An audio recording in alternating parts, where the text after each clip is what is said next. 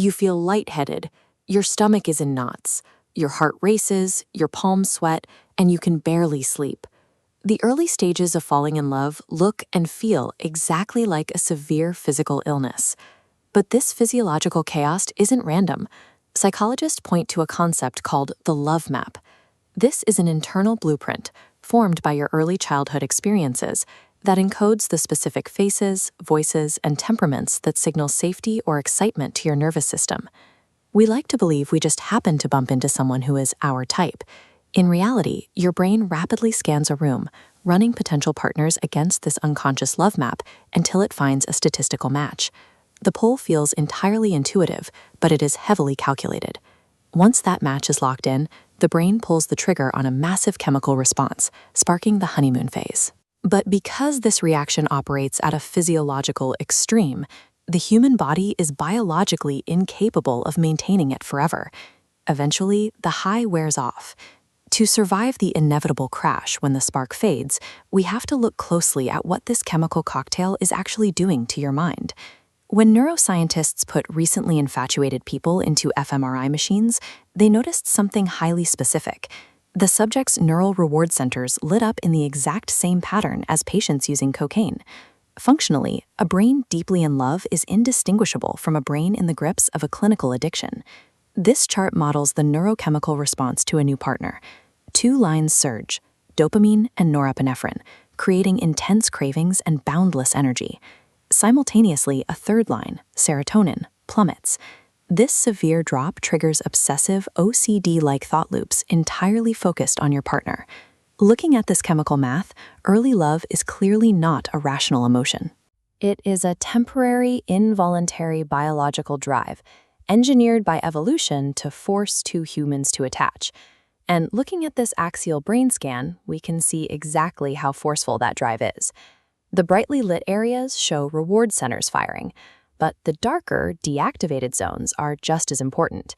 The brain actually shuts down the neural pathways responsible for negative emotions, fear, and social judgment. Psychologists call this positive illusions. As this paper details, shutting off critical judgment forces us to perceive partners as vastly better than they are. The abstract notes our ability to see imperfect partners in idealized ways. This is a strict survival mechanism.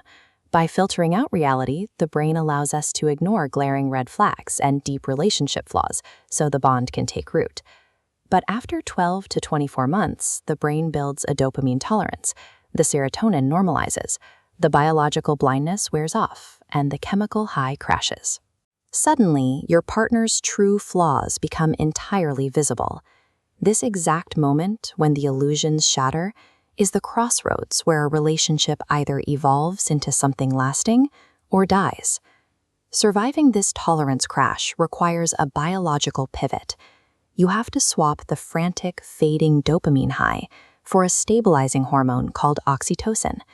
Often called the cuddle hormone, oxytocin operates differently than dopamine. It promotes deep trust, encourages pair bonding, and actively suppresses cortisol, the body's primary stress hormone. Fortunately, there is an actionable biological hack for generating it. Engaging in intentional, lingering physical touch, like holding hands while walking or sharing a 10-second kiss, forces the brain to release a fresh surge of oxytocin.